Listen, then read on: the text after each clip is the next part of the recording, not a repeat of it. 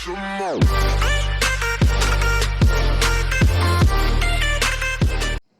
Guys, welcome to our YouTube channel. मेरा नाम है राहुल गोयल। आज मैं लेने वाला हूँ इस वीडियो में 2020 के जो इंटीग्रल कैलकुलस के जो क्वेश्चंस थे। पिछला जो वीडियो लिया था उसमें मैंने 2 क्वेश्चंस लिए थे इंटीग्रल कैलकुलस के, वो मैंने करा दिए थे। अब मैं 2-3 क्वेश्चंस हैं उनको मैं लेने वाला हूँ। अगर आपने मेरा पिछला वीडियो नहीं देखा है जिसमें मैंने 2 क्वेश्चंस लिए थे इंटीग्रल कैलकुलस के, तो आप उस वीडियो को देख सकते हैं। उसका लिंक मैंने डिस्क्रिप्शन में दे दिया हुआ है। और अगर आपने हमारे चैनल को सब्सक्राइब नहीं किया तो चैनल को सब्सक्राइब कीजिए और वीडियो को कंप्लीटली देखिए, क्योंकि मैं बाकी के 3 क्वेश्चन है 2020 के, वो आज मैं लेने वाला हूं। तो क्वेश्चंस क्या है हमारा, क्वेश्चंस देखिए। क्वेश्चंस पढ़ते हैं पहले। Let S be the part of the cone z square is equal to x square plus y square. यानी कि कॉन की इक्वेशन दे रखी है। सबसे पहले तो ये देखते हैं कॉन की इक्वेशन दे रखी है। Between the planes z is equal to 0 and z is equal to 1। सबसे इंपॉर्टेंट सब मैं मार्क कर देता हूँ क्वेश्चन में, क्या इंपॉर्टेंस हमारे क्वेश्चंस में। Then the value of the surface integral. Surface integral यानी कि इस सरफेस इंटीग्रल की वैल्यू निकालनी है, हमें इसको फाइंड करना है, ठीक है। और फिर इसके ऑप्शंस हमें दे रखे हैं। यानी कि सबसे पहले क्या करना है, पहले अपन देखते हैं कॉन की इक्वेशन क्या है। z is equal to X square plus Y square, ठीक है। z is equal to X square plus Y square cone की इक्वेशन है। सबसे पहले हम इसको डायग्राम बना लेते हैं कॉन का 3D कर्व में।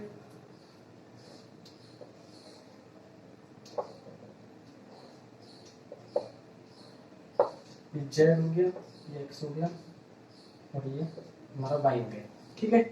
और ये z square is equal to X square plus Y square, तो ये हमारा कौन हो जाएगा इधर इस तरह से।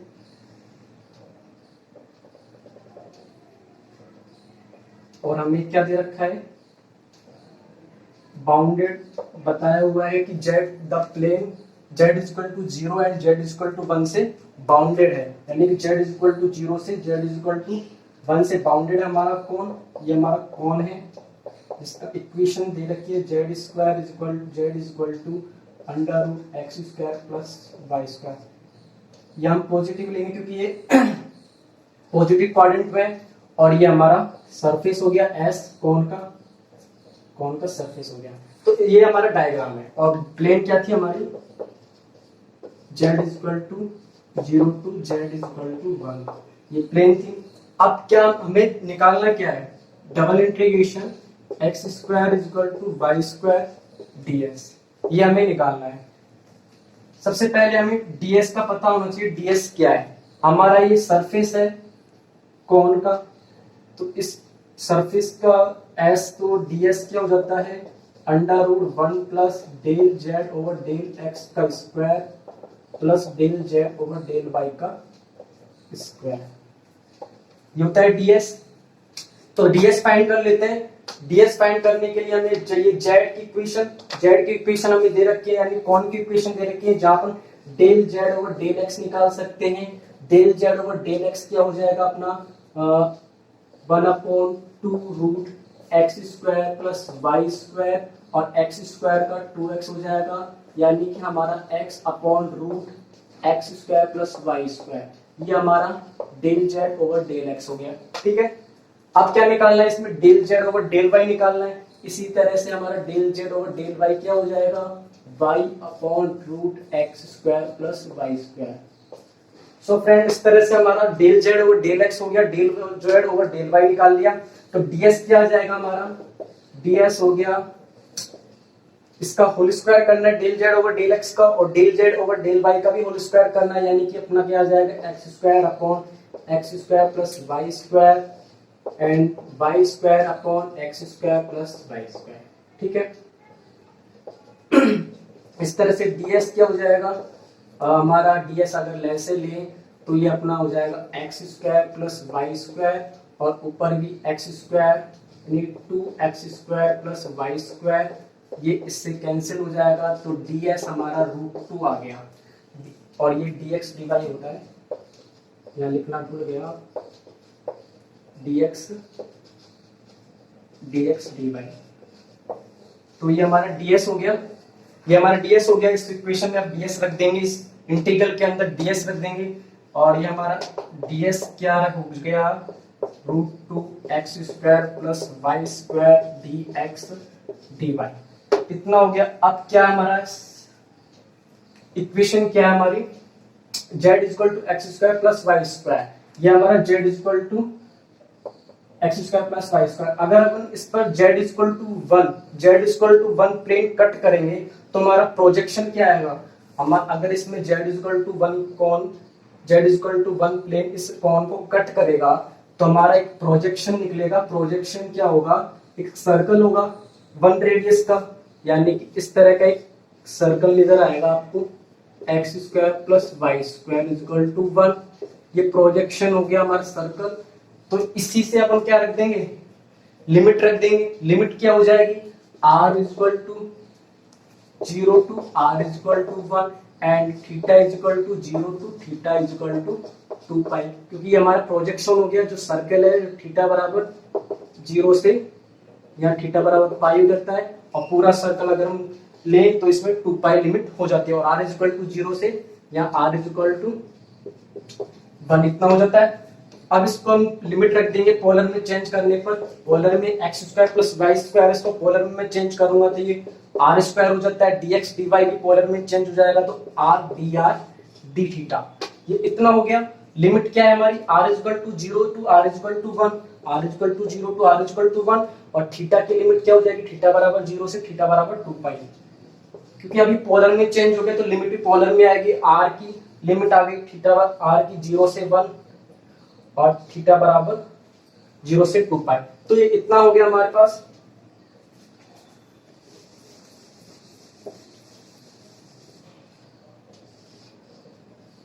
अब इसको सॉल्व कर लेते हैं, √2 को बाहर ले लेंगे, 0 से 2 पाई, 0 से 1, और ये r³ dr dθ, ठीक है। अब क्या करेंगे, r के रेस्पेक्ट में इंटीग्रेशन हो जाएगा तो कितना आ जाएगा, नीचे 1/4 और r=1, और ये r की पावर 4/4 हो जाएगा, तो r की पावर 4 में अगर 0 to 1 लिमिट पुट करूंगा तो 1 आ जाएगा, 1 आ जाएगा, तो यानी कि dθ हो जाएगा 1, तो 1 इंटू, ठीक है, तो √2/4, और यहाँ लिमिट लग जाएगी 2 पाई, तो थीटा का इंटीग्रेशन करूंगा dθ का तो थीटा जाएगा, और लिमिट 0 से 2 पाई पुट करूंगा तो 2 पाई जाएगा।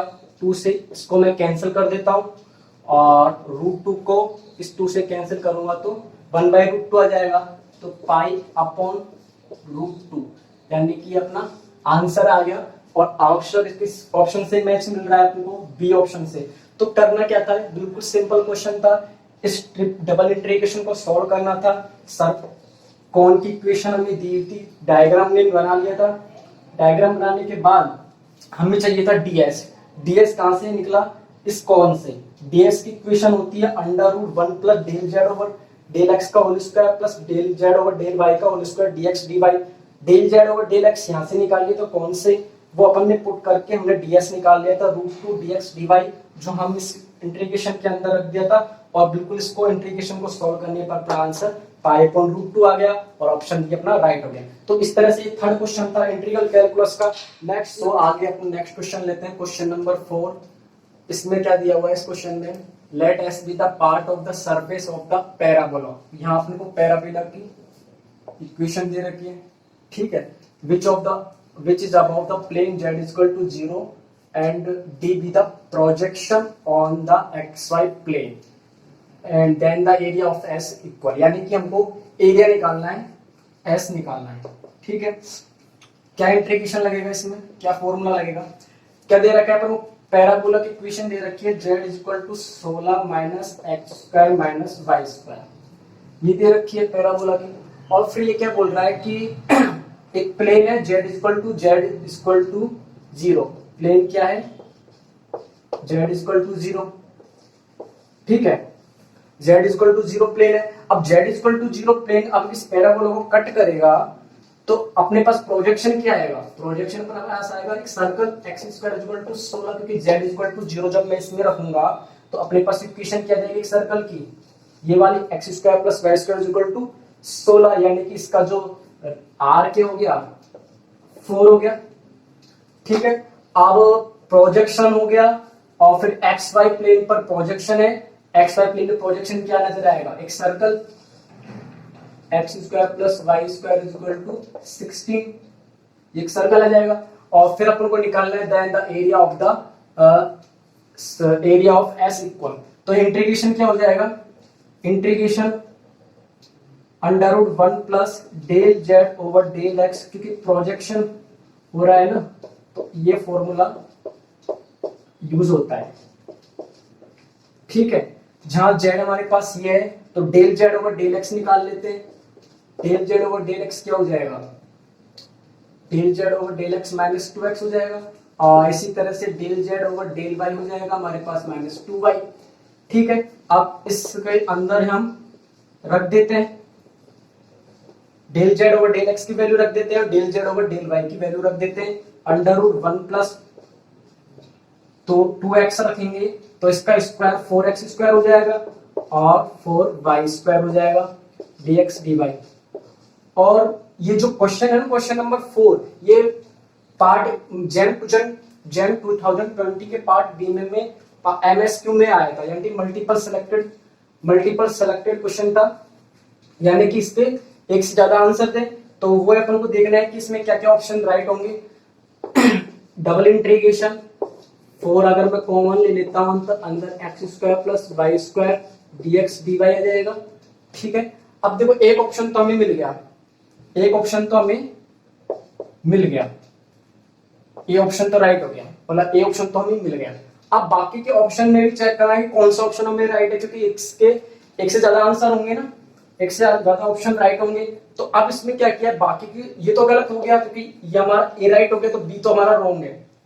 बाकी का सी और डी जो ऑप्शन है वो पोलर में दिया हुआ है, तो पोलर में दिया हुआ है तो अपन को पोलर में चेंज करना है। पोलर में इसको मैं अगर मैं चेंज करूंगा, पोलर में चेंज करूंगा तो 1 plus 4x square plus Y square r square हो जाएगा और dx dy r d r d theta हो जाएगा, r d r d theta हो जाएगा। और लिमिट क्या हो जाएगी, r इज इक्वल टू 0 से r इज इक्वल टू 4 और थीटा बराबर 0 से थीटा बराबर 2 पाई, यानी कि लिमिट थीटा बराबर 0 से 2 पाई और limit r is equal to 0 से 4। चेक कर लेते हैं किससे मैच हो रहा है हमारा ऑप्शन, ऑप्शन डी से हमारा मैच हो रहा है। तो ए और डी राइट हो गया और बी और सी रॉन्ग हो गया।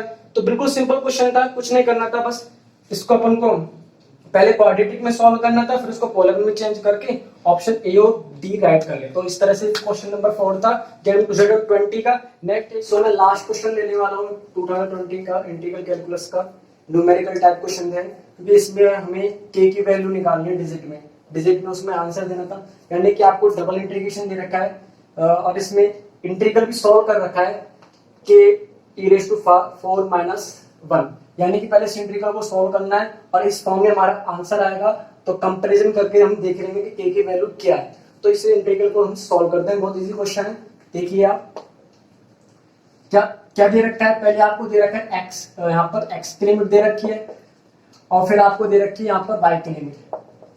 ठीक है, y इज इक्वल टू 0 से y इज इक्वल टू 1 और x is equal to 2y से x इज इक्वल टू 2, यानी कि सबसे पहले x के रेस्पेक्ट में इंटीग्रेशन करना है।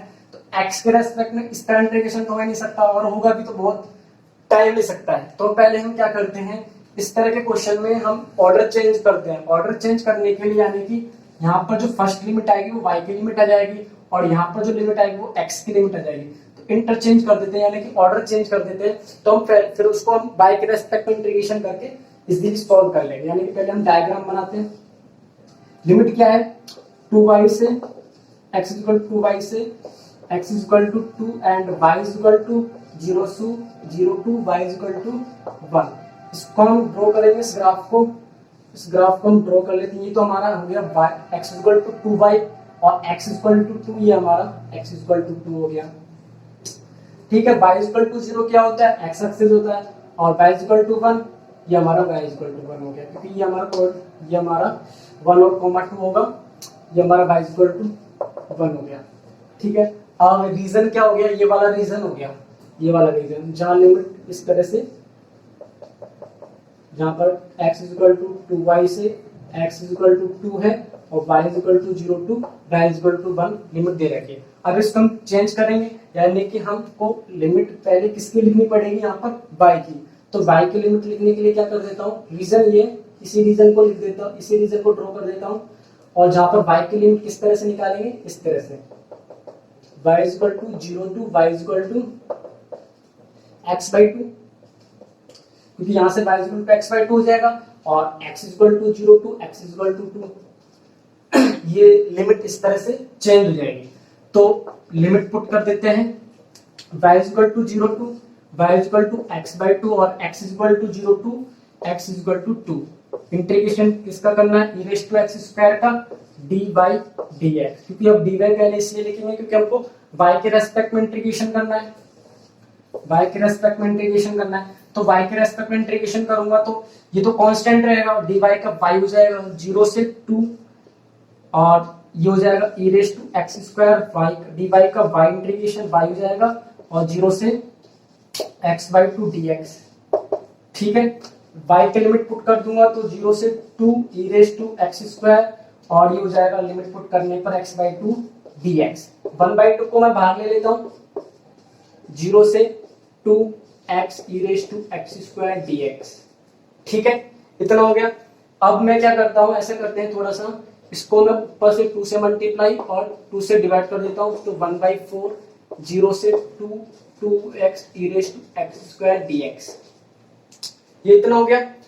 अब मैं क्या करता हूँ, 2x को किसी नए वेरिएबल के में चेंज करके, सॉरी x स्क्वायर को मैं t के इक्वल रख देता हूँ और ये हमारे 2x dx हो जाएगा इक्वल टू dt। तो t में चेंज कर लेते हैं इसको, तो 1/4 0 से 4, क्योंकि 2 इसमें रखूंगा तो t की लिमिट 0 से 4 हो जाएगी और 2x dx को अपन dt रख देंगे और e raise to t dt हो जाएगा। ये इतना हो गया। इसके बाद तो कुछ ही नहीं है, बिल्कुल हो गया क्वेश्चन अपना। इसका इंटीग्रेशन करना है, इसका इंटीग्रेशन क्या हो जाएगा, इसका इंटीग्रेशन हो जाएगा 1/4 e रेज़ टू 2 का integration, e raise to t का integration e raise to t हो जाएगा, लिमिट क्या हो जाएगी 0 टू 4 1/4 e रेज़ टू 4 और e रेज़ टू 0 यानी कि 1, यानी कि कंपैरिजन करूं तो k की वैल्यू हमारे पास क्या आ गई 1/4, तो k की वैल्यू क्या आ गई 1/4। तो इसका आंसर क्या हो गया 1/4। आगे इसको अगर डेसिमल में देना हो तो